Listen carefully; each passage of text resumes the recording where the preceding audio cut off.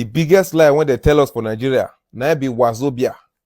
A country that is more than 200 million. You go to call them Wazobia. Divide Nigeria into three, which is Hausa, Igbo, Yoruba, Wazobia. Edo State is supposed to be country on its own. Because Edo State, I'm from Edo State. I don't understand Igbo. I don't understand Yoruba. I don't speak Hausa. So if you divide Nigeria into three, which is Wazobia, where Edo State go down for inside? Before you go say school na scam, don't come and tell me that story of Ile Ife. Make I know where you slap. That Ile Ife story. Don't go tell me that story. Because the real history, day school. I wish the real history day school. Some of them for know who be Thomas Sankara. I ask about 10 people. They don't know who be Thomas Sankara, but they know about Billy Graham. You see, and so Nigeria as a country be like toxic marriage, because toxic marriage until then divorce. If not, one go buy one. Now Nigeria don't want divorce because they did toxic marriage. That is why some they buy some. So when come fixing and then be the real Nigeria come they buy some. Now what did they happen so? You feel me? So that country, that Wazobia, now scam, na very big scam. Because the day when Nigeria go say they want really break up, the country go reach like 5. It go reach like 5 to 6 countries when they there. For how long shall the son continue to bear the sins of the father? I think the best gift any reasonable government at this moment can give Nigeria is the regional system of government. Let's face it, there is nothing more better than that. Let's look at it, and at the end of the day, has the bill even ever been debated in the National Assembly? And let's look at Nigeria, how it used to be under the regional system of government and how it is at the moment. And that will now bring out the hypocrisy of those people that claim they are better and they are doing better than other regions.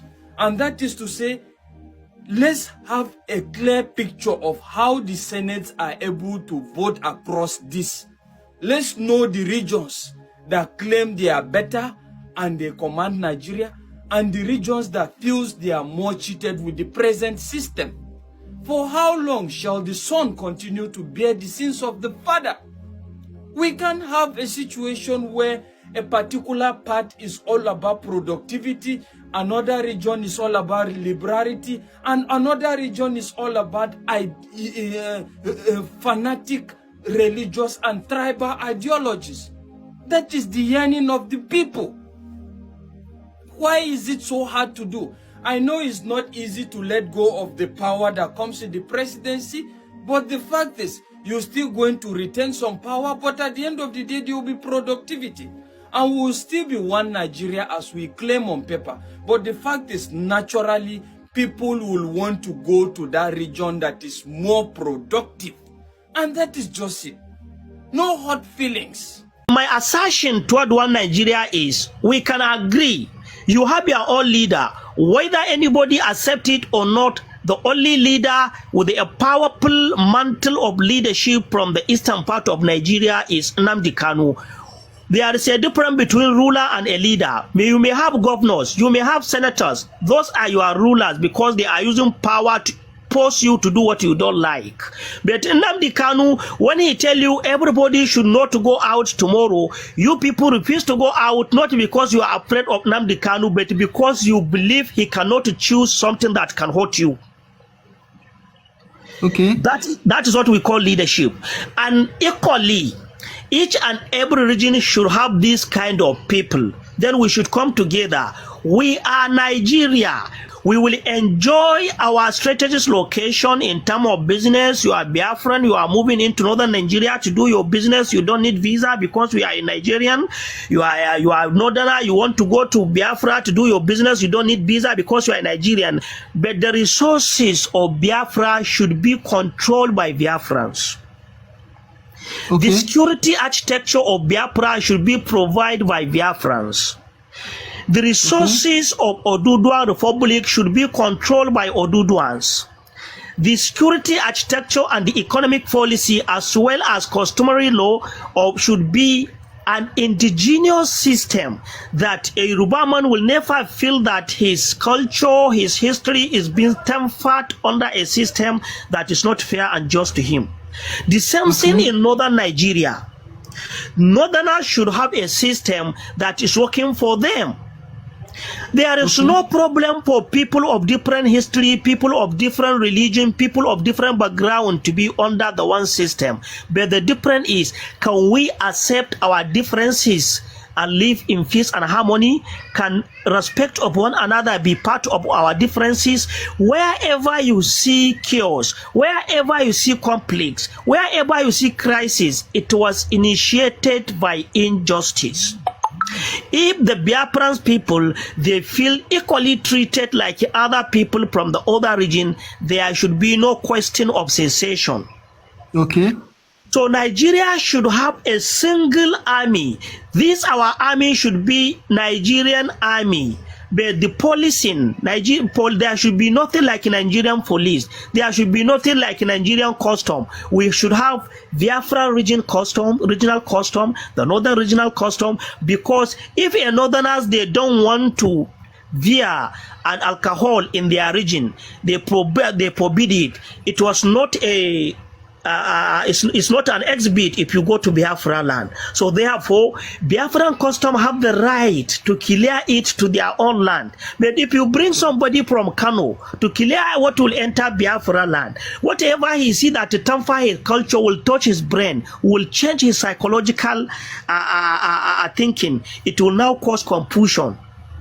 Okay, thank you. Those who I'm coming. Yeah. Those who created this system, they don't mean well for the North. They don't mean well for Nigeria. They don't mean well for Biafran, and they don't mean well for this thing. For them, Nigeria is just like a company for them.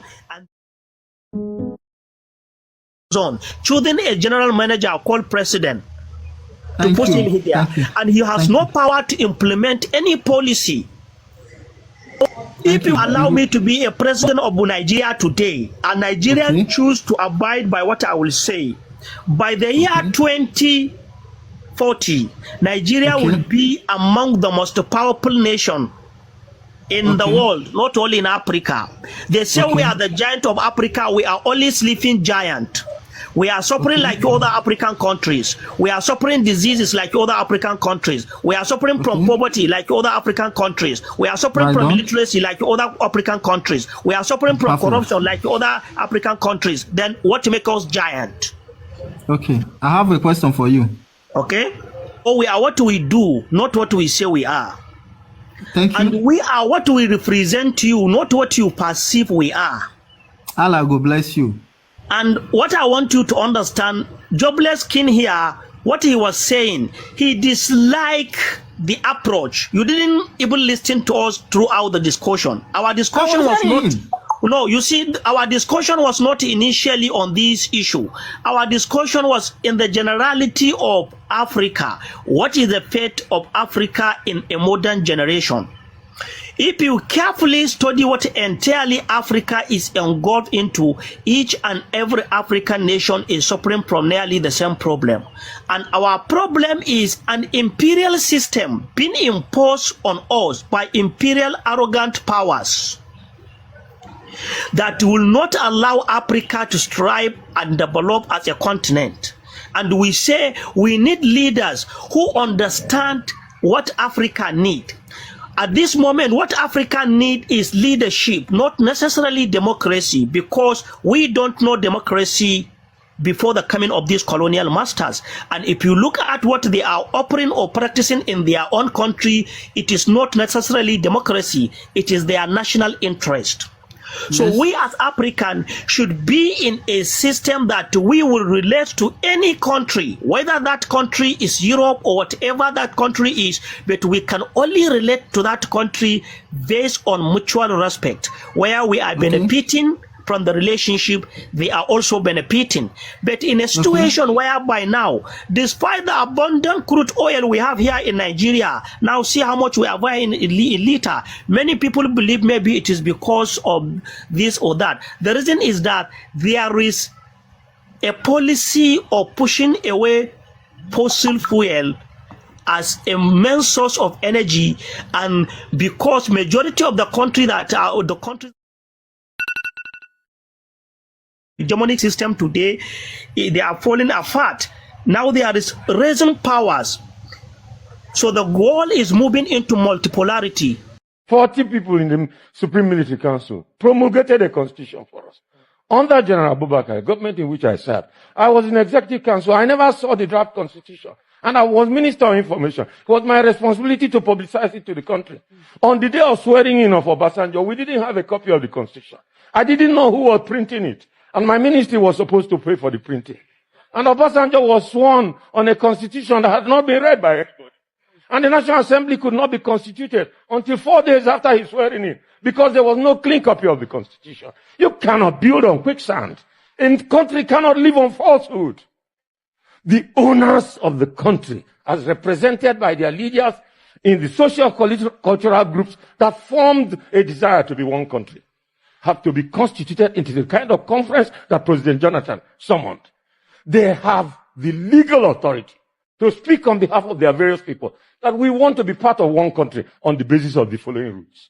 Unless we revisit that abnormality and historical abnormality, we will never have the ground norm. We will never have a constitution that conjures the loyalty of the people. Welcome back to Local Journal, my people. Which level we go reach before these are leaders will know say we no be one for inside this country, and Nigeria don't they due for regionalism and be regional government. The thing where they go on for inside this country now something where we say it call for sober reflection, and something where we say it's supposed to make our leaders understand say Nigeria don't tire everybody. We still feel live as one nation, but make everybody get their own separate region so that everybody go feel control their own region. The truth is that you no get anything where go fit unite us for inside this world, because we don't they divided already. Our forefathers been they divided before they quite come out, and we now self we don't want anything like unity at all. And even our holy book make us understand say except to agree to work together, if not they no go fit achieve anything. And now when it be say we no want work together and everybody won't go back to their own region, waiting they difficult inside this whole matter, waiting no fit look inside this matter to talk say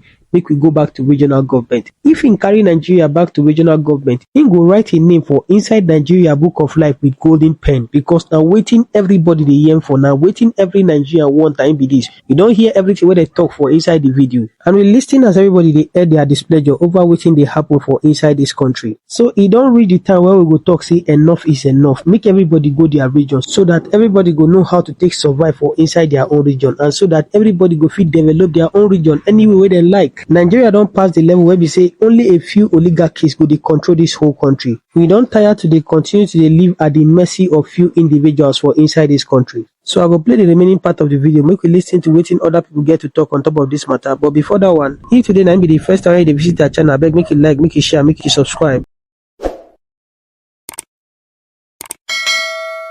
When we talk about how far Nigeria has progressed, I think it would also be fair to talk about how far we could not progress because of the manner in which we came together. The North was the hegemonic group. It had a virtual veto over the two southern states. A veto in the sense that in terms of size, it was virtually 3 times bigger than the two southern regions. And therefore, it meant whoever was going to run Nigeria was going to be linking the north and one of the two southern regions. The NCNC and the Action Group, the two southern states, could not work together. The NCNC and the NPC, the Northern People's Congress, had reached an agreement by 1958 as to how they would come together.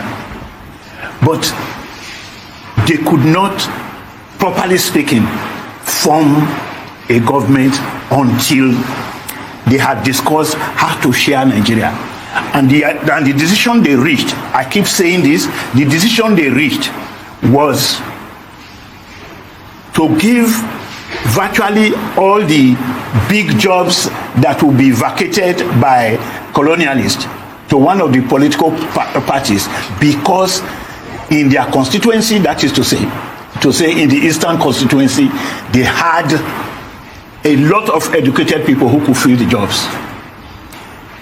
The North made the concession, but that was also why Zik, whose party really ought to have produced the prime minister because of the number of seats and votes they got, had conceded that the North would produce the prime minister, and the leader, the NCNC, will produce a ceremonial president.